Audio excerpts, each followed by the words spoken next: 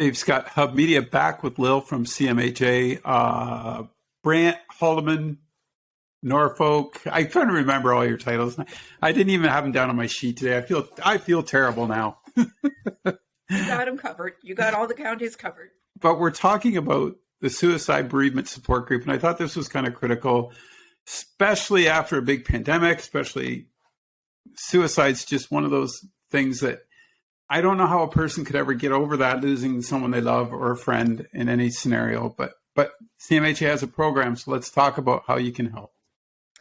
Yeah, I really like your intro because it really is difficult for someone to get over a suicide loss.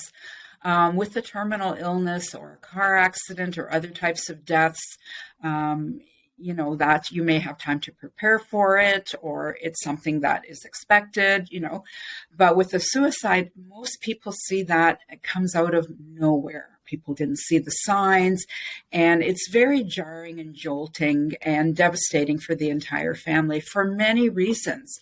First of all, people feel guilty, like survivors feel guilty, saying, gee, we missed the signs. We should have known what was going on with the person. I didn't think anything was wrong. I could have done this. I should have done that. And so that survivor grief is very, very, very much in the forefront for people who have been left behind by a family member suicide or a friend's suicide.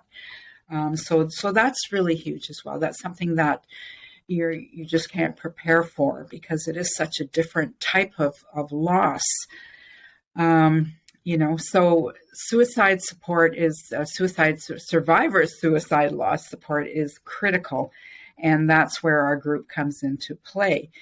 First of all, this isn't a topic that you can really talk about with around the dinner table.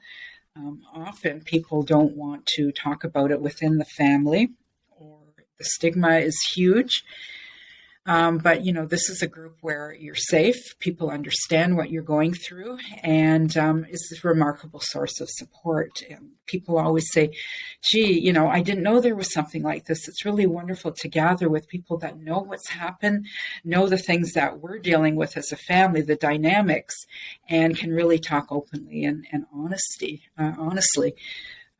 Survivors of suicide loss is very much a support that people need to just kind of address it, come to terms with it, and realize that survivor's guilt is nothing that they should be carrying for a long, long time. So, yeah. Yeah, that survivor's guilt, that must be such a critical component of that topic when they come to the group to see that there's other folks dealing with what they're dealing with. Exactly. I can't even imagine that first step of having to go into a group or wanting to go into a group like that, right, and face all these realities, eh? Exactly. There are a lot of tears in the introductions because we usually, if people are comfortable, we have people talk about their suicide loss. We don't go into the details that's triggering and not necessary, but we often get, my son took his life and, he had everything going for him, and this just totally threw the whole family into a tailspin. So a lot of those, and people will say, yes, that's exactly what happened. We didn't see it coming. And in retrospect, we see that there probably wasn't anything that we can do. Maybe if we were there at the time, we could have stopped the suicide at that point in time.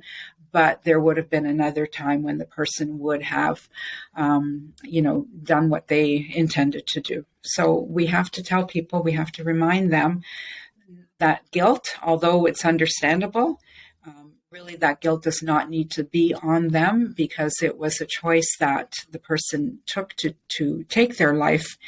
And if we would have intervened initially, there probably would have been another time where we wouldn't have been able to intervene. Yeah.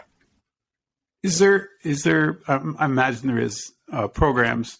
So if I felt that someone I knew was possibly considering that, mm-hmm. is there numbers I can call? Is there folks I can reach out to say, hey, how do I stop this, or how do I get this person involved? Right. Now, there are a number of crisis lines in Haldeman, Norfolk, and Brant, and Six Nations. And there's also a new support called Talk Suicide. And it can be for individuals who are having thoughts of suicide and wants to talk about it, or it can be for family members as well, saying, I'm seeing some signs. I don't know what to do. I don't know how to address it. But, it's important to remember, and this has been said over and over again, and you may have heard this saying, that suicide is a permanent solution to a temporary problem. So we all know that people who take their life by suicide don't really want to die. They just don't see any other options for the pain that they're feeling or trying to get out of a situation that they feel they're in. But really, I think we need to remember that. And there are signs there, although I hear all the time, I didn't see it coming. I didn't see signs. And then when we talk and we get, we start backtracking a little bit about what's happened, there were those subtle signs. We just need to know what to look for. Right? So if there's a change in behavior, either people can be withdrawing, or another side of the coin, a person can be deliriously happy. That's probably not a perfect term to use, but maybe they were struggling and they were very sad, and now all of a sudden they're happy again and things are okay. And that's also a sign to look for as well. So we say, oh, look, whatever was going on with this individual, they seem to have sorted it out, and they're happy again. Wonderful, right? But what happens is they've sorted it out all right. They have come to peace, made peace with the fact that this is the only way out for them at this point in time, what they perceive. So that's a time where you need to really look at, this person was down in the dumps and really withdrawing and not doing anything. Now, all of a sudden, this person is happy-go-lucky and, back to their usual normal self, where sometimes that's often mistaken for, like I said, the person is at peace with their decision, not worried anymore, not scared, not upset, not sad. And I think we got to, we'd be remiss if we didn't mention that when you lose somebody that mm-hmm. close to you, yeah. One of the forms it can take on down the road is addiction. Mm-hmm. Like you pound your sorrow into a glass, Exactly.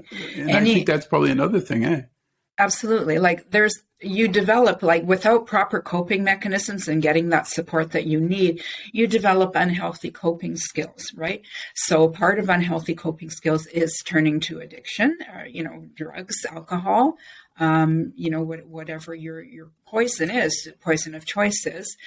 And, often in families, you don't talk about it. The stigma is too high. We've had people, I've met and spoke to people that they have told people coming to the visitation and funeral that person died of a heart attack or was sick and didn't want anyone to know because the stigma is so high. So what happens when you bury that because you don't want to face the stigma is that you're doing just that, you're burying it. And, you're not really dealing with the grief. You're not dealing with the family dynamics because we just don't talk about it.